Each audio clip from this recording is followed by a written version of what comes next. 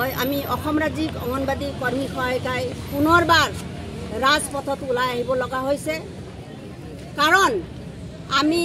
সমগ্ৰ অসমৰ অঙ্গনবাদী কৰ্মী সহায়িকাই কৰ্মৰত অৱস্থাত থাকাৰ পিছতো এই চৰকাৰে আমি যে কি কাম কৰিছো তাৰ কোনো গুৰুত্ব নিদিলে আমাৰ পাৰিশ্ৰমিক নিদিলে এই পাৰিশ্ৰমিক বিচাৰি আজি আমি ৰাজপথত ওলাই আহি আমি জিলা বিষয়া কাৰ্যালয়ত উপস্থিত হৈছো আজি সমগ্ৰ অসমত প্ৰতিটো জিলাত আজি এই কাৰ্যসূচী ৰূপায়ণ কৰি আছে সমূহ বান্ধৱীক মই আন্তৰিক অভিনন্দন জনাইছো এই কাৰ্যসূচী সফল ৰূপায়ণ কৰাৰ বাবে আমাৰ দাবী আছিল কি যোৱা 17 চনত আমি 8 দফীয়া দাবী উত্থাপন কৰিছিলো আজি আমি 6 দফীয়া দাবী লৈ আমি ৰাজপথত ওলাই আহিছো যোৱা 17 মাৰ্চতে আমি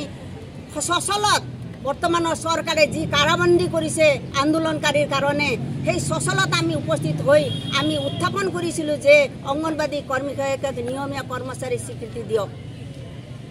মাননি খলনি মজুৰি দিয়ক ন্যূনতম মজুৰি 21000 টকা দিয়ক যেতিয়ালৈকে 21000 টকা দিব নোৱাৰে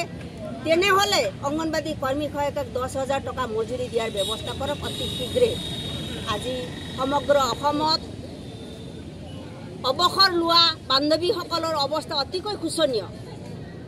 যোৱা 22 তাৰিখে যি অৱসৰ লোৱা বান্ধৱীসকলক অসম চৰকাৰে কৰ্মীক 4 লাখ সহায়িকাক 2 লাখ আৰু মিনি কৰ্মীক 3 লাখ টকাৰ ব্যৱস্থা কৰিছে আৰু 22 তাৰিখে 793 গৰাকীক এককালীন সাহায্য প্ৰদান কৰিছে আমি চৰকাৰক অভিনন্দন জনাইছো কিন্তু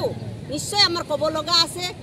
প্ৰায় আজিৰ তাৰিখত 2000ৰো অধিক বান্ধৱী অৱসৰ লৈছে তেওঁলোকৰ কাৰণে চৰকাৰে কোনো আজি 1 বছৰ হৈ যাব অহা জুন মাহতে যোৱা 22 চনৰ জুন মাহতে ৰিটায়াৰ দিছে তেওঁলোকৰ কাৰণে আজি 1 বছৰ হ'ব তেওঁলোকৰ কাৰণে কি চিন্তা কৰিছে বৰ্তমানৰ সময়ত যি মূল্যবৃদ্ধি হৈছে সেই অৱসৰ লোৱা বান্ধৱীসকলে সেই ঘৰত কেনেকৈ আছে বৰ্তমানৰ মূল্যবৃদ্ধিৰ সময়ত যি ঔষধৰ কিনাৰো তেওঁলোকৰ সামৰ্থ্য নাই গতিকে চৰকাৰে নিশ্চয় চিন্তা কৰিব অৱসৰ লোৱা বান্ধৱীসকলক যাতে সেই অৱসৰ পোৱা